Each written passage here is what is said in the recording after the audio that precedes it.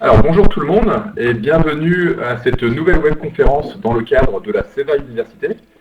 Je me présente, Mickaël Cron, vétérinaire pour le laboratoire CEVA et responsable de la gamme cardio-néphrologie d'hypertension.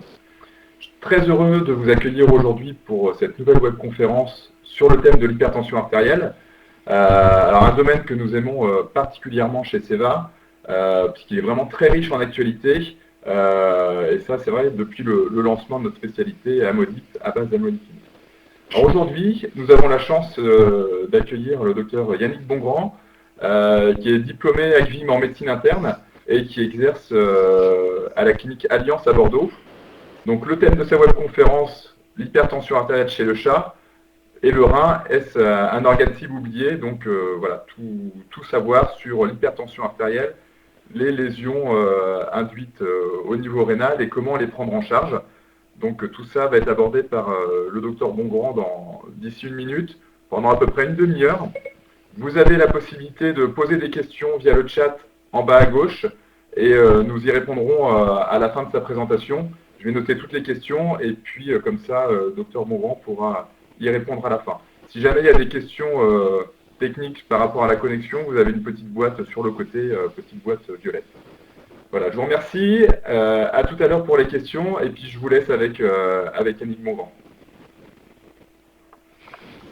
Bonjour à tous, merci Mickaël pour cette introduction, merci à CEVA pour l'organisation de ce webinaire. Donc nous allons effectivement traiter d'hypertension artérielle chez le chat et de néphrologie. Parce que quand on pense organe cible lors d'hypertension, on pense naturellement aux lésions oculaires, éventuellement aux lésions neurologiques, tout simplement parce que les manifestations cliniques associées sont les plus évidentes, les plus impressionnantes pour le propriétaire, pour le vétérinaire.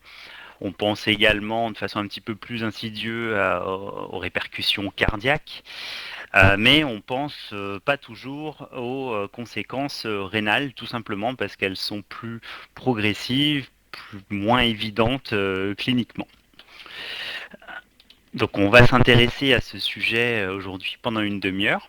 Donc quelques rappels qui permettent de comprendre en quoi le rein peut facilement constituer un organe cible lors d'hypertension. Je vous rappelle que bien sûr les reins sont des organes très vascularisés. Les artères rénales sont directement connectées à l'aorte abdominale et les reins reçoivent grosso modo 20% du débit cardiaque. Quelques données chez l'homme, on considère donc en médecine humaine que quand même 8 à 25% des maladies rénales chroniques sont causées par une hypertension. Donc ce sont les conséquences de lésions hypertensives. Qu'en est-il chez le chat? Alors, beaucoup moins de données précises, tout simplement parce que généralement chez le chat, la maladie rénale chronique et l'hypertension sont souvent diagnostiquées de manière concomitante, ce qui pose la question de la poule et de l'œuf. Qu'est-ce qui a induit quoi? Parce qu'on sait bien sûr que chez le chat, la maladie rénale constitue vraisemblablement la première cause, la première étiologie d'hypertension artérielle. Mais à l'inverse, comme en médecine humaine, probablement l'hypertension peut induire, surtout de manière chronique et progressive, des lésions rénales et donc participer à la progression, voire l'apparition de la maladie rénale chronique. Quelques chiffres disponibles. On sait donc, si on s'intéresse à une population de chats hypertendus, qu'une azotémie est observée dans la grande majorité des cas, dans à peu près 74% des chats hypertendus. Si on s'intéresse cette fois à une population de chats en maladie rénale chronique, on voit que l'hypertension est quand même très prévalente, avec une prévalence très variable selon les études, de 19 à 65%. Donc deux chiffres qui viennent un petit peu étayer cette association, en tout cas, entre la maladie rénale chronique et l'hypertension. Par contre, on sait qu'il n'existe pas de corrélation entre la sévérité de l'azotémie et la prévalence de l'hypertension.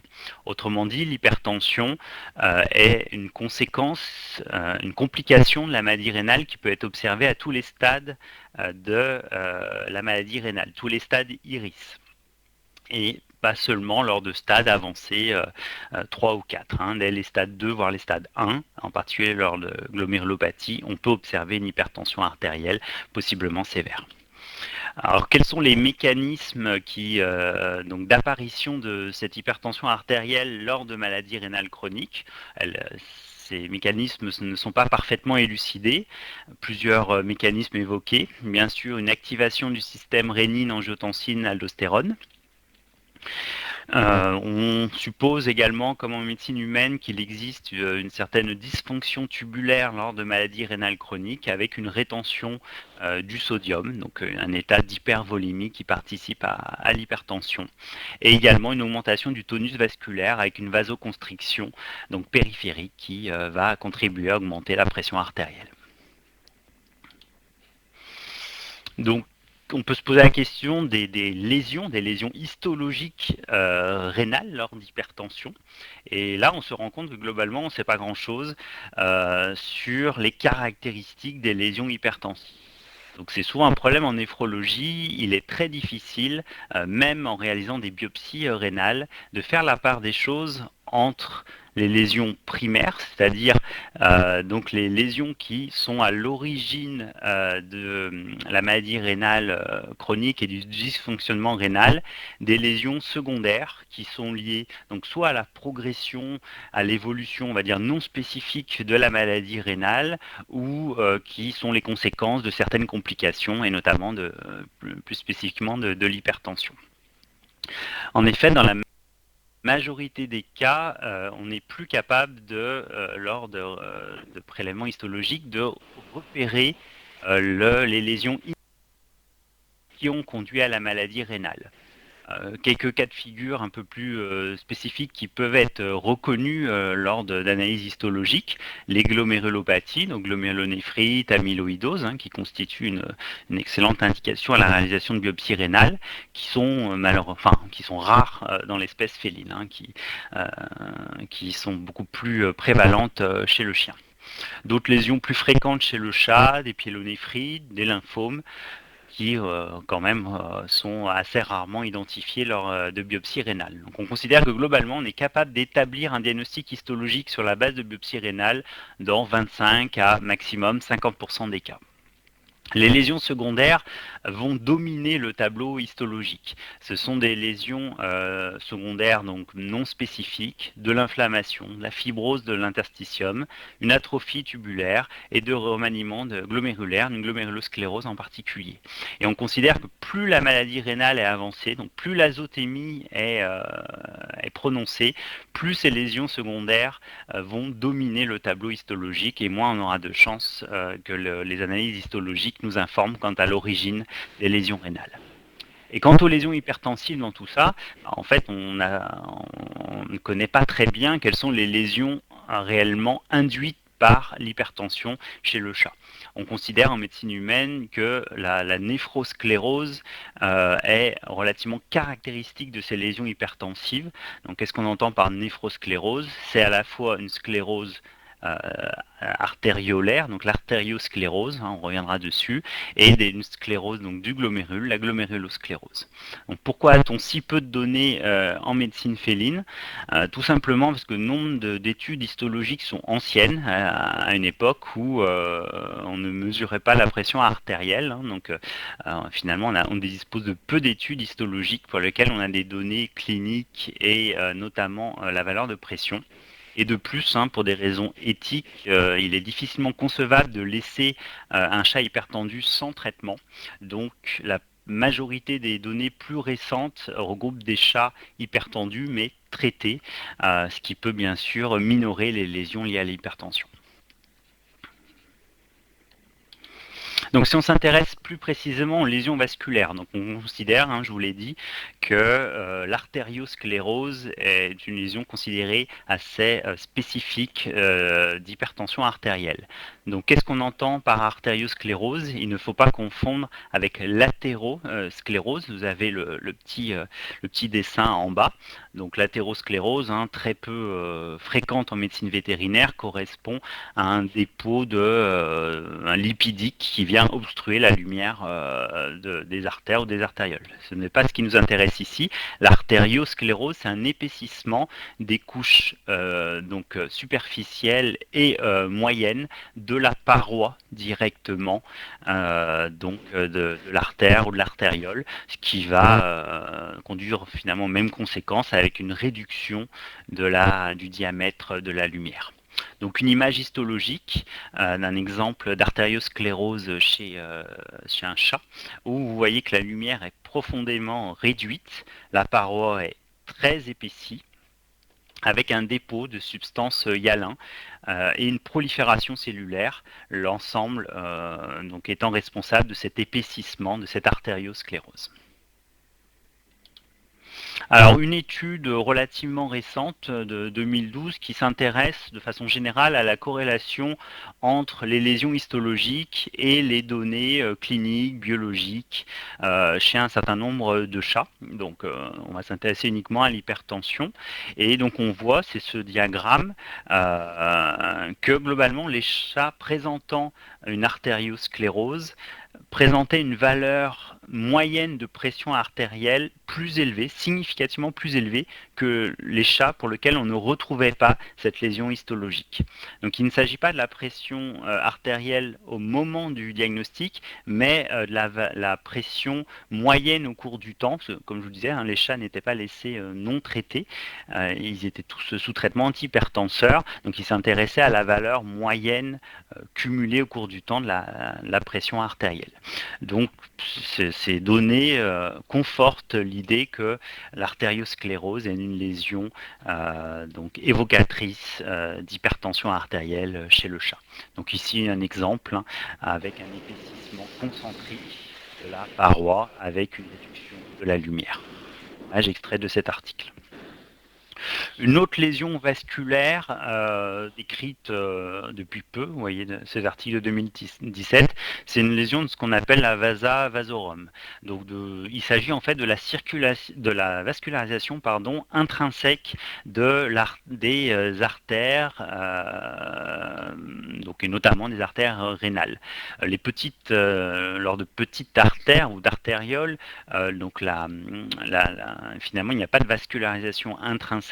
Les cellules se nourrissent par imbibition depuis la lumière, mais pour des vaisseaux de calibre plus important, plus épais, il existe une vascularisation propre des différentes couches. C'est ce qui est représenté ici en angiographie. Donc cette étude s'intéresse aux anomalies histologiques de cette vasa vasorum, et donc on va aller juste aux résultats. Donc en classant les chats en 3 catégories, donc présence d'une hypertension, absence d'hypertension ou statut incertain, ils se rendaient compte que le score lésionnel pour cette vasa vasorum était significativement et clairement plus élevé pour les chats hypertendus. Donc probablement que ces lésions histologiques peu connues participent au remaniement vasculaire qui peut être observé lors d'hypertension. Cette circulation de la vasa vasorum peut être compromise lors d'hypertension du fait de l'augmentation de la pression dans la lumière, ce qui peut par compression limiter le remplissage de ces petits vaisseaux et conduire à une ischémie finalement de la paroi vasculaire, ce qui pourrait favoriser d'autres lésions secondaires plus connues comme par exemple l'artériosclérose. On va passer aux lésions glomérulaires, donc essentiellement la glomérulosclérose. Donc par quel mécanisme une hypertension peut conduire à ces lésions glomérulaires? 2 mécanismes, d'abord en relation avec l'artériosclérose. Donc l'artériosclérose de l'artériole afférente peut conduire, comme je vous disais, à une diminution du diamètre de la lumière et donc conduire à une ischémie du glomérule qui est situé en aval par rapport à l'artériole afférente. Deuxième mécanisme plus fonctionnel, l'hypertension systémique peut potentiellement se répercuter via l'artériole afférente au niveau du glomérule, engendrer une hypertension glomérulaire, donc qui va conduire à une hyperfiltration glomérulaire qui peut induire ces remaniements histologiques secondaires. Donc des images histologiques d'un chat normal, avec un glomérule, enfin, 2 glomérules de taille normale, et ici un chat hypertendu. Vous voyez une hypertrophie glomérulaire, une augmentation de taille, du volume, mais également une prolifération de l'interstitium, donc une prolifération mésangiale, et un épaississement de la membrane basale. Donc des images de glomérulosclérose chez un chat hypertendu. Donc, on revient à l'étude, je vous ai cité un petit peu plus tôt, cette fois c'est intéressant en lésions glomérulaires. Donc, vous voyez dans ce diagramme une corrélation entre le score de lésions glomérulaires et la pression artérielle moyenne des différents chats, donc une corrélation globalement linéaire entre ces deux paramètres. Et ici une image histologique qui montre bien l'épaississement marqué de la membrane basale et la prolifération mésangiale. Donc si on résume un petit peu la physiopathologie lors des lésions rénales lors d'hypertension artérielle, donc l'hypertension artérielle peut engendrer des lésions vasculaires, lésions de la vasa vasorum et artériosclérose, cette dernière pouvant engendrer une ischémie glomérulaire et participer à la glomérulosclérose. Mais également, de manière un petit peu plus directe, l'hypertension artérielle peut se répercuter au niveau glomérulaire, provoquant une hypertension glomérulaire, une hyperfiltration, qui elle aussi va participer donc à la glomérulosclérose. On va introduire également la notion de protéinurie, qui on verra cliniquement va être un paramètre très intéressant à suivre. L'hypertension donc glomérulaire, l'hyperfiltration vont tendre à majorer cette protéinurie, donc qui peut être un marqueur d'hypertension glomérulaire, mais qui peut aussi, on pense, participer à la genèse des lésions rénales et notamment des lésions tubulaires et interstitielles par de multiples mécanismes, mais notamment en induisant une production de cytokines et de médiateurs de l'inflammation. Alors, on va passer à des données un petit peu plus cliniques. Tout d'abord, quelles sont les conséquences cliniques de l'hypertension? Et bien sûr, le premier paramètre à considérer, c'est les conséquences de l'hypertension en termes de survie. Alors, chez l'homme, on sait que la présence d'une hypertension est associée à une progression plus rapide de la maladie rénale chronique et que le pronostic est étroitement relié au degré de contrôle de l'hypertension. Chez le chien, un petit peu moins de données, mais une étude de 2003 qui démontre qu'en présence d'une hypertension, le risque de crise urémique et de décès est majoré. Il existe plus précisément une relation linéaire entre la pression artérielle et ce risque. Donc plus la pression est élevée, plus ce risque va être considéré élevé. Donc, des figures extraits de cet article. Donc, vous avez ici la proportion de chiens n'ayant pas encore présenté une crise urémique, et là, la proportion de chiens vivants pour différentes catégories de pression artérielle. Donc, les cercles correspondent aux chiens qui ont les pressions artérielles les plus élevées entre 60 et 200, et les autres présentent une pression donc soit normale, c'est les petits triangles, soit une pression limite, on va dire, entre 144 et 160. Donc on voit que les chiens avec hypertension présentent une crise urémique globalement beaucoup plus rapidement que les autres chiens et leur survie est clairement moindre. Alors revenons au chat. Peu d'études chez le chat, essentiellement une étude donc, de 2006 qui ne montre pas de relation entre la présence d'une hypertension ou la valeur de la pression artérielle et le risque de mortalité. Petite nuance cependant, comme beaucoup d'études lors d'hypertension, l'ensemble de ces chats hypertendus étaient traités. Ils étaient tous traités avec de l'amlodipine. Donc, bien entendu, on peut supposer qu'un certain effet protecteur du traitement qui est venu minorer l'impact sur la survie de l'hypertension. Pour des raisons éthiques, il n'y avait pas de chats laissés sans traitement antihypertenseur. Alors, une autre conséquence clinique de l'hypertension plus facilement évaluable à court terme, c'est la protéinurie. Donc un peu plus de données, hein, ce sont des études globalement plus faciles à faire que des études de survie. Une étude du JVIM en 2006 qui s'est intéressée à la corrélation entre la protéinurie et la survie globalement chez les chats en maladie rénale chronique. Donc cette étude a démontré qu'il existe une association entre la pression artérielle systolique et le degré de protéinurie lors de maladies rénales. Et un autre résultat de cette étude, donc le résultat majeur, c'est le fait que la protéinurie constitue un facteur pronostic négatif indépendant majeur lors de maladies rénales chroniques. Ça a été observé dans une autre étude de 2007. Et vous avez ce diagramme, donc cette courbe de survie qui montre que la survie est nettement moindre chez les chats présentant une protéinurie donc considérée comme significative, c'est écrit petit, mais ça correspond à des RPCU supérieurs à 0,4, mais également, c'est également le cas pour des chats présentant une protéinurie considérée intermédiaire. Donc c'est cette courbe avec la protéinurie, un rapport protéine sur créatine urinaire compris entre 0,2 et 0,4. La survie est nettement meilleure chez les chats non protéinuriques, donc qui ont un RPCU inférieur à 0,2. Donc pas de relation directe entre la présence d'une hypertension et la survie, mais par contre l'existence d'une relation entre l'existence d'une hypertension et le degré de protéinurie d'une part, et d'autre part une relation entre l'existence d'une protéinurie et la survie.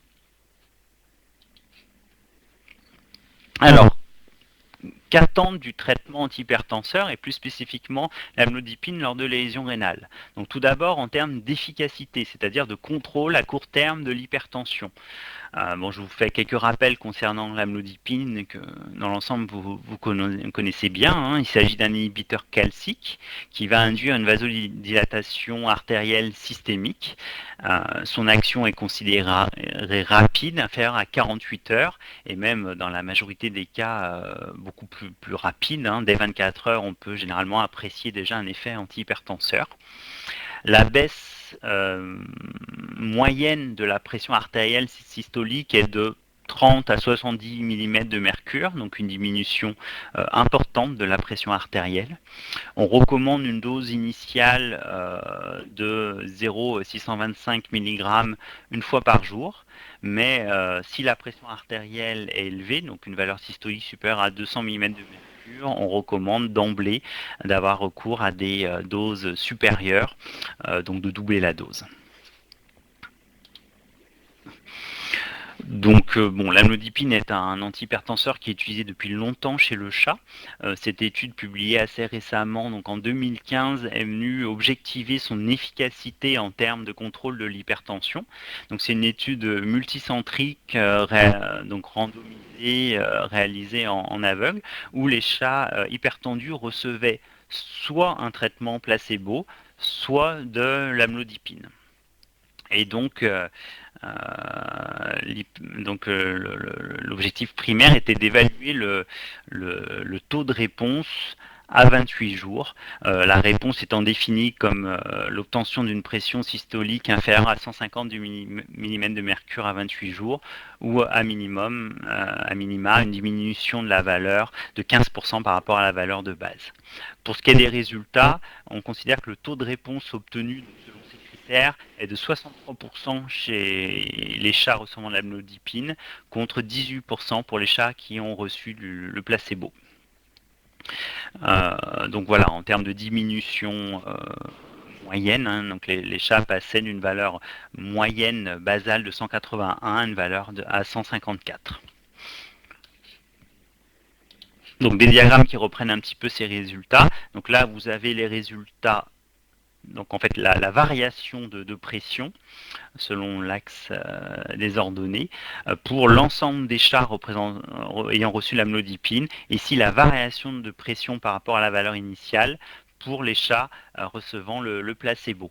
Et donc vous avez en blanc les chats qui sont considérés comme n'ayant pas répondu, et en noir les chats ayant répondu. Donc on voit tout de suite que le taux de réponse est largement supérieur dans le groupe amlodipine par rapport au groupe placebo.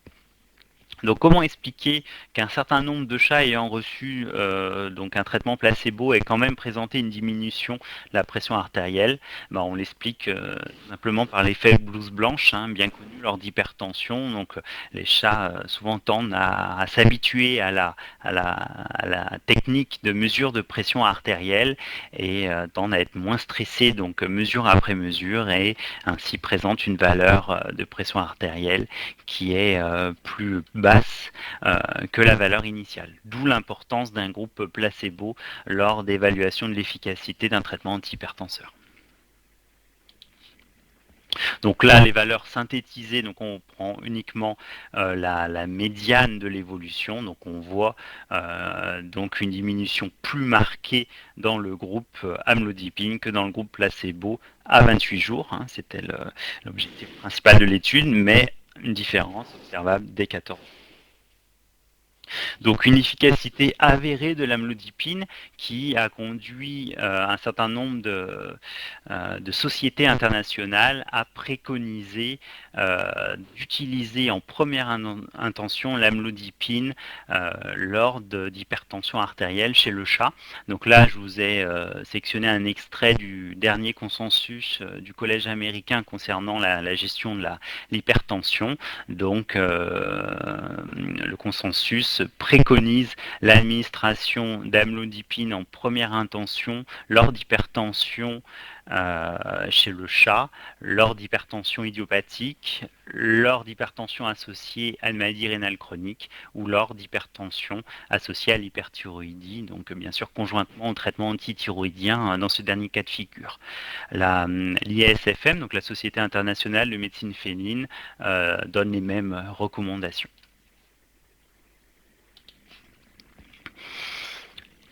Alors, qu'est-ce qu'on sait finalement de l'effet de l'amlodipine sur les lésions rénales? On va rejoindre un petit peu sur les lésions histologiques rénales.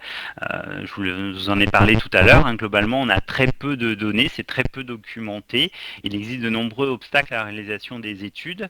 Tout d'abord, des difficultés pratiques, parce que la réalisation de telle étude sous-entendrait qu'on réalise des prélèvements histologiques initialement, puis en cours de traitement, et des questions éthiques, puisqu'il est difficile d'envisager des groupes placebo avec des chats qui seraient laissés sans traitement antihypertenseur. Donc globalement, on a très peu de données sur l'effet de l'amlodipine ou de tout autre finalement traitement antihypertenseur sur l'évolution des lésions histologiques. Sont-elles réversibles? Probablement non. Arrive-t-on à complètement stopper l'évolution des lésions de néphrocalcinose? On peut difficilement répondre à cette question. Par contre, un effet qui est plus facilement appréciable, c'est l'effet sur la protéinurie. Alors, d'un point de vue purement théorique, l'administration d'amlodipine pourrait être associée à un risque de majoration de la protéinurie. Pourquoi? Je vous ai dit que l'amlodipine était un vasodilatateur systémique, mais c'est également au niveau de la vascularisation rénale un vasodilatateur essentiellement de l'artériole afférente, celle-ci. Donc en cas d'hypertension artérielle mal contrôlée, l'amlodipine pourrait théoriquement ouvrir cette artériole afférente et faire que l'hypertension systémique se répercute d'autant plus facilement sur le glomérule, entraînant une hypertension glomérulaire, une glomérulosclérose et donc une protéinurie. Finalement, le tonus et la vasoconstriction de l'artériole afférente fait partie du système d'autorégulation rénale qui lui permet de se protéger, qui permet au rein de se protéger finalement lors de variations de la pression systémique. Donc ça, c'est une réflexion un petit peu théorique. Que disent les études? Tout d'abord, une étude expérimentale qui induisait par néphrectomie donc une hypertension systémique. On observait donc suite à cette néphrectomie et cette induction de l'hypertension une augmentation de la protéinurie, enfin plus spécifiquement de l'albuminurie chez tous les chats, mais l'augmentation était moins marquée, donc à 22, chez les chats qui étaient traités avec l'amlodipine par rapport aux chats qui étaient laissés sans traitement. Une donnée plus clinique, on revient à cette étude de 2007 qui s'intéressait à la survie des chats présentant une hypertension systémique. Donc on va s'intéresser ici à la protéinurie. Donc j'ai encadré les résultats nous concernant. Donc vous avez ici la valeur médiane du RPCU au moment du diagnostic de l'hypertension à 0,31 et la valeur après traitement de l'hypertension avec l'amlodipine à une valeur à 0,21, donc une diminution significative de ce RPCU sous traitement. Et on a sur les 3 dernières lignes des résultats qui sont par classe, en fait, en fonction du degré de protéinurie initiale. Et on voit que chez les chats qui étaient initialement le plus protéinurique, donc qui avait un RPCU supérieur à 0,4, ces chats-là donc présentaient une diminution particulièrement importante, avec une diminution de moins 0,28 du RPCU. Donc la diminution existe quel que soit le degré de protéinurie initiale, mais cette diminution est d'autant plus marquée lors de protéinurie initiale importante. Donc cette étude documente que le traitement de l'hypertension par l'amlodipine est globalement associé à une diminution de la protéinurie. Si on regarde, on va dire chat par chat, effectivement, dans la grande majorité des cas, chez 69,5% des chats, on observe une diminution du RPCU suite à l'administration de l'amlodipine. Par contre, il existe une population minoritaire de chats, 30% des chats, chez qui le RPCU a augmenté suite au traitement et l'administration de l'amlodipine. Donc, les considérations théoriques qu'on considérait tout à l'heure ont une certaine quand même signification chez une population de chats. D'où l'importance de suivre le RPCU de façon générale lors de maladies rénales, mais en particulier lors d'hypertension et au cours du traitement de l'hypertension. Toujours la même étude, cette fois les chats étaient regroupés en 4 groupes selon leur degré de contrôle de l'hypertension. On reprend un paramètre qu'on avait évalué tout à l'heure lors des études histologiques. Ce paramètre-là correspond à la valeur moyenne de la pression au cours du temps. Donc ça va, sachant que tous ces chats sont traités, ça va refléter le contrôle global de l'hypertension. Donc le quartile 4 regroupant des chats dont globalement l'hypertension n'est pas parfaitement contrôlée. On se rend compte que ces chats avaient également tendance à présenter une valeur initiale d'hypertension plus élevée, avec une valeur médiane élevée à 209 mm de mercure.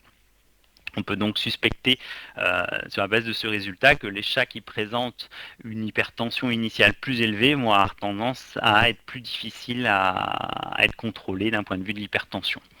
Si on revient à la protéinurie, on voit que ces chats qui présentent l'hypertension la moins bien gérée, finalement, sont également les chats qui présentaient la protéinurie initiale, donc avant traitement, la plus élevée, avec une valeur médiane du RPCU à 0,46. Par contre, on se rend compte que quel que soit le degré, donc quel que soit le quartile, quel que soit le degré de contrôle de l'hypertension, on observait dans tous les groupes une diminution du RPCU suite au traitement. Concernant la survie, pas de différence significative entre les différents groupes. C'est le résultat que je vous présentais tout à l'heure. Même si les chats qui présentaient l'hypertension la moins bien gérée tendaient à présenter une survie plus faible, mais ce résultat n'atteignait pas la signification statistique. Alors, en termes de survie, on voit que, comme pour une population générale de chats en maladie rénale chronique, la protéinurie est fortement associée à la survie. Autant la protéinurie avant traitement que la protéinurie après traitement de l'hypertension. Et là, on voit que ce RPCU post-traitement est fortement associé à la survie. Donc, vous voyez la survie nettement diminuée des chats, ici présentant un RPCU supérieur à 0,4 ou même présentant un RPCU intermédiaire par rapport aux chats non protéinuriques. D'où l'importance de monitorer cette protéinurie, y compris après traitement, et peut-être surtout après traitement de l'hypertension. Alors, on va finir sur ce petit diagramme récapitulatif donc, qui propose une marche à suivre pour les chats en maladie rénale chronique.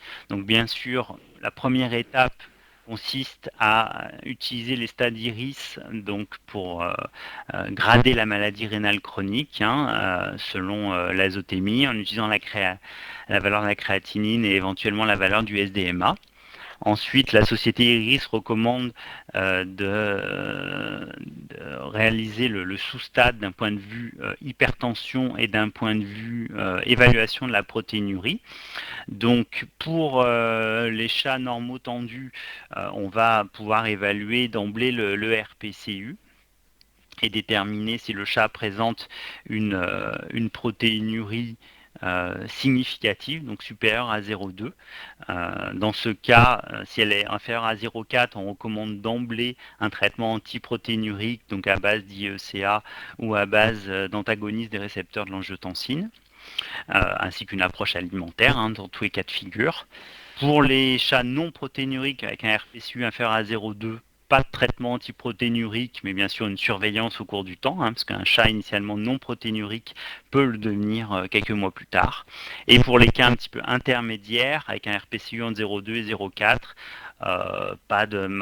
pas forcément d'indication thérapeutique immédiate, mais une surveillance rapprochée de la protéinurie qui peut fluctuer même au cours du temps pour décider si un traitement antiprotéinurique est indiqué. Si le chat est hypertendu, on recommande bien sûr le traitement antihypertenseur à base d'amlodipine en visant un contrôle de la pression artérielle qui consiste à obtenir une pression systolique inférieure idéalement à 140 mm de mercure. Une fois cette hypertension contrôlée, on peut évaluer donc le RPCU post-traitement avec des recommandations similaires aux chats normaux tendus, avec les mêmes valeurs seuil pour le RPCU, les mêmes seuils de 0,2 et de 0,4. Et bien sûr, lors de maladie rénale chronique, le suivi est tout aussi important que le bilan initial. Il faut continuer à suivre régulièrement, tous les 3 à 6 mois globalement, ces animaux, même une fois stabilisés, et évaluer donc l'apparition de complications qui ne seraient pas présentes initialement, comme par exemple donc l'hypertension et la présence d'une protéinurie. Voilà, donc ça récapitule un petit peu le stade IRIS. Voilà, je vous remercie de votre attention et si vous avez des questions, j'y répondrai avec plaisir.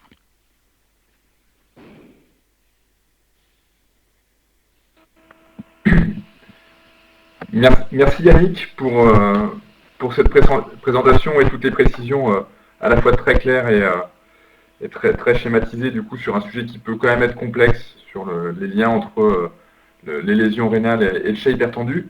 Alors, il y a eu quelques questions justement au cours de ta présentation. Je vais les reprendre dans l'ordre. La première, c'était de savoir la corrélation qu'il peut y avoir entre la sévérité entre le SDMA et l'hypertension artérielle. Est-ce qu'on peut établir un lien entre les deux? Non, pas vraiment, parce que comme je vous disais, l'hypertension peut être observée à tous les stades IRIS de la maladie rénale chronique. Donc finalement, le SDMA est quand même fortement corrélé à la valeur de la créatinine. Donc quelle que soit la valeur de l'SDMA, on peut avoir ou non une hypertension. Il n'y a pas de corrélation directe entre les deux. Merci. Il y avait une deuxième question qui était sur l'accoutumance à l'amlodipine, savoir s'il y en avait une. Une accoutumance, Ouais. il y a pas, il y a des, c'est pas, est-ce qu'on peut parler d'accoutumance? Il y a des chats chez qui l'hypertension va tendre à être de plus en plus difficile à contrôler au cours du temps. Peut-on parler d'accoutumance? C'est plutôt probablement que les mécanismes qui sont en cause dans l'apparition d'hypertension progressent et qu'on a besoin d'augmenter la dose. Mais comme on peut voir sur finalement un nombre de pathologies, on ne peut pas vraiment parler d'accoutumance. C'est plutôt une progression de l'hypertension. Merci Yannick. Ensuite, c'était de savoir, tu y as répondu en partie, lors de la mise sous amlodipine, faut-il contrôler le RPCU régulièrement? Donc ça tu y as répondu. Et il y a une question, à quelle fréquence?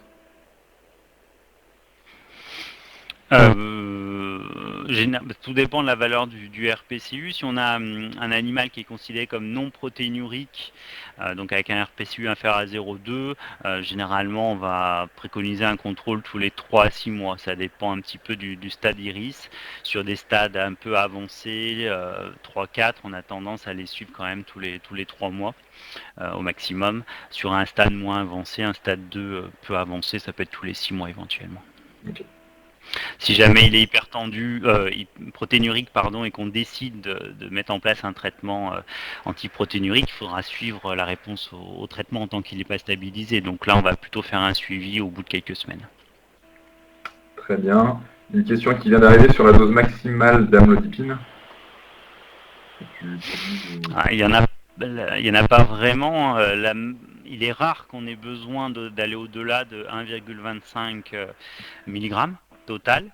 Mais il y a des chats chez qui il faut monter la dose. De toute façon, c'est vraiment essai-erreur en fonction du suivi de la pression. Je pense qu'il y a des chats chez qui on peut arriver à monter à 2,5 mg. Donc, ce qui correspond à des doses déjà très élevées, mais ça peut arriver. Très bien. Alors, question suivante. J'ai entendu dire que l'amlodipine provoquait une fibrose. Une fibrose? Une fibrose de quoi? Rénale, j'imagine. Ouais. Il n'y a pas vraiment de données. On sait que l'hypertension va induire la sclérose plus que de la fibrose. Donc c'est difficile. C'est des animaux qui déjà peuvent présenter de la néphrosclérose à la base. Donc et ça, c'est des choses qui sont documentées bien avant l'administration d'amlodipine. Et donc, comme je disais, on a peu de données sur l'effet histologique de l'amlodipine ou d'un autre antihypertenseur. Mais en tout cas, même sans traitement, c'est des animaux qui présentent ce genre de remaniement histologique. Donc, très bien. J'ai entendu dire qu'il fallait associer IEC à amlodipine pour être efficace pour traiter l'hypertension artérielle. Alors ça, c'est une situation qui est souvent vraie chez le chien. Chez le chat, l'amlodipine est très efficace. Ça peut être on peut avoir besoin d'augmenter la dose, mais il est très rare qu'un chat reste hypertendu sous amlodipine.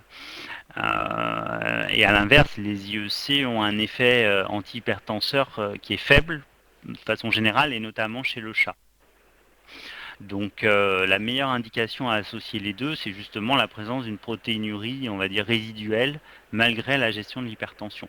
L'IEC va pas être nécessaire pour contrôler l'hypertension. Chez le chien, c'est un petit peu différent. L'hypertension est plus difficile à contrôler, de façon générale, chez le chien. L'amlodipine ne semble pas être aussi efficace. Et du coup, il se pose un petit peu la problématique, ce que je vous expliquais tout à l'heure, où si on donne l'amlodipine, mais en même temps on n'arrive pas à suffisamment contrôler l'hypertension systémique, ça peut se répercuter au niveau glomérulaire. Et là, l'avantage de donner un IEC, c'est déjà d'essayer de gagner un peu plus sur le contrôle de l'hypertension. Ça peut aider à descendre un petit peu la pression. Puis ça peut ouvrir l'artériole efférente, donc celle qui sort du glomérule, et contrebalancer un petit peu cette hypertension glomérulaire. C'est un peu théorique, tout ça n'a pas été du tout évalué, mais l'association IEC amlodipine, vraiment pour l'hypertension en tant que telle, c'est plutôt chez le chien. D'accord. Alors j'ai une question aussi sur les traitements. Est-ce qu'il faut prescrire du cardégique en plus?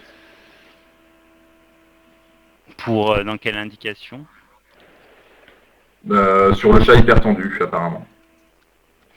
Non, généralement, c'est pas nécessaire. On n'a pas vraiment de données chez le chat entre l'hypertension et les risques de thrombose, les risques d'accident vasculaire. Donc, généralement, enfin, si on parle des signes neurologiques, hein, c'est quand même ce qui nous intéresse le plus. D'accident vasculaire cérébral, c'est plutôt des troubles hémorragiques a priori lors d'hypertension que vraiment des thromboses. Donc, c'est pas généralement c'est pas préconisé. Non. Ok.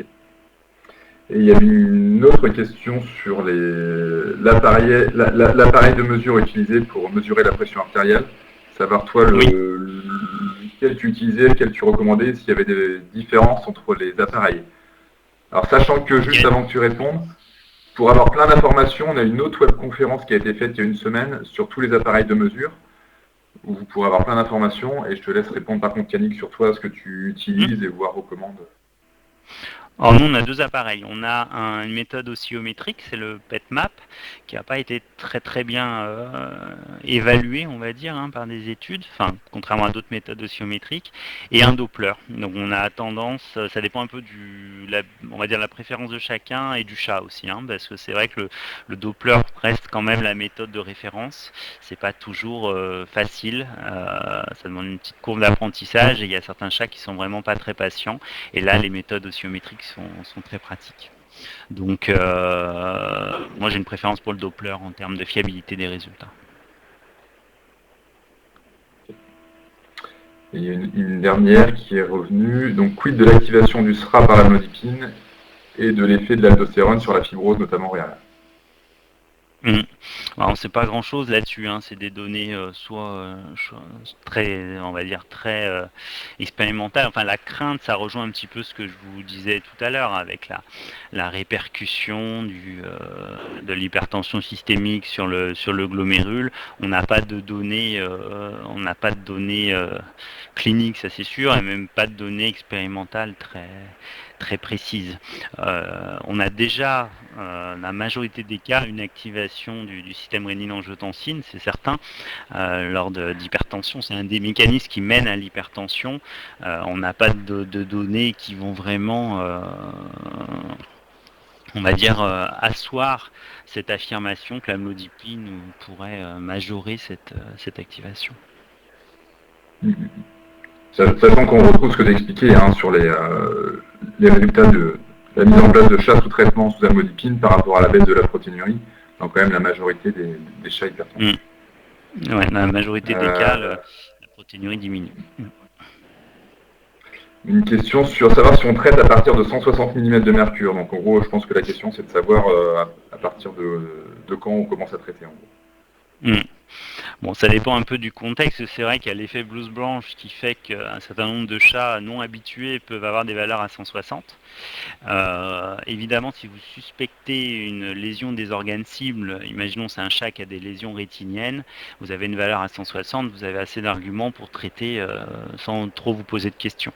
Si vous avez une valeur à 160 dans un contexte juste de dépistage et il n'y a aucun signe d'atteinte des organes cibles, vous pouvez peut-être répéter la mesure un petit peu plus tard en essayant d'être dans des circonstances aussi idéales que possible, c'est-à-dire avec le propriétaire, dès l'arrivée du chat, hors de tout stress, et voir si, parce que c'est vrai qu'il faut reconnaître qu'il y a des valeurs, il y a beaucoup de chats à 160 initialement qui vont être complètement normaux tendus quand on répétera les mesures. Bah, ça assure, en tout cas, il faut réitérer les mesures. Très bien. Il y a une dernière question, je vois qu'elle est posée plusieurs fois, et là, c'est de savoir l'effet anti-hypertenseur du telmisartan. Oui. Oui, c'est une question récurrente. Donc, on commence à avoir des données dessus, des données expérimentales, où on cherche à voir si le telmisartan arrive à contrer une hypertension induite expérimentalement. Et également, on commence à avoir des données cliniques. Donc, le telmisartan à double dose a des effets anti-hypertenseurs.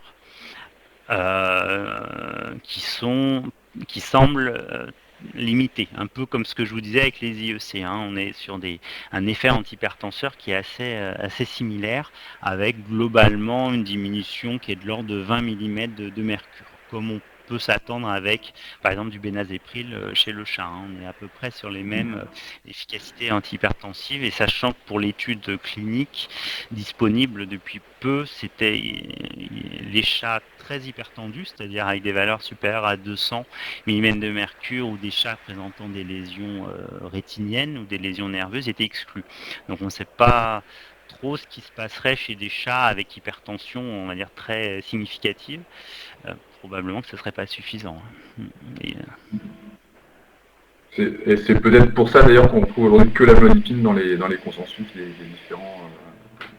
différents groupes ou sociétés. Dans les consensus, le telmisartan apparaît comme les IEC, mais il apparaît donc soit comme traitement antihypertenseur de deuxième ligne, et chez le chat on n'en a pas besoin d'habitude dans cette indication. Chez le chien c'est très différent, on peut vraiment en avoir besoin pour contrôler l'hypertension, mais il apparaît surtout dans la gestion de la protéinurie. C'est vraiment dans cette indication que le telmisartan comme les IEC semblent jouer un rôle, et les consensus clairement le citent dans cette indication-là. Ok. Bon, et ben on a fait le tour de toutes les questions. Yannick, encore un grand merci pour ta présentation et puis toutes ces explications très claires après sur les différentes questions qu'on pu être posées.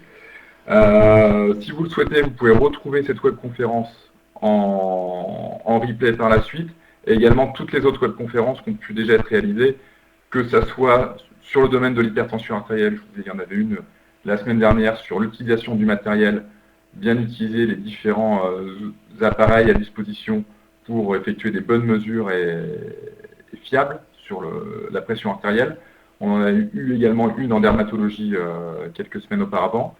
Et à savoir qu'on a 2 webconférences à venir, toujours sur l'hypertension artérielle. Une fin avril avec Valérie Chetboul sur le dépistage de la pression artérielle, de l'hypertension artérielle, et une autre fin juin qui sera cette fois-ci sur l'hypertension artérielle et les lésions oculaires. Donc je vous donne rendez-vous pour ces 2 prochaines webconférences, le 30 avril et le 27 juin, toujours à 13h, et vous pouvez vous inscrire directement depuis les liens qui sont accessible sur la chaîne des webconférences CEVA. Un grand merci à vous, et puis je vous dis à bientôt pour des prochaines webconférences. Et encore merci Yannick. Merci, au revoir, bonne journée.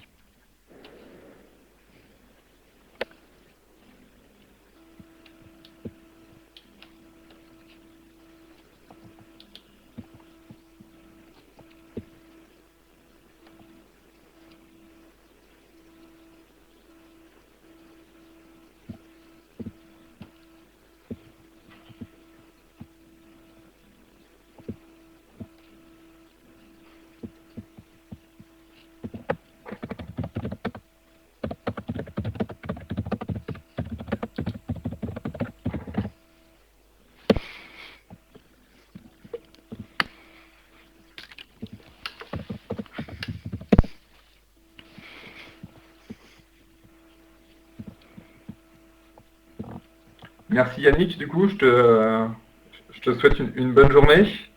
Merci, toi aussi. Et puis, une bonne fin de semaine, et puis à bientôt. À bientôt. Merci. Ouais, au revoir, merci. Au revoir.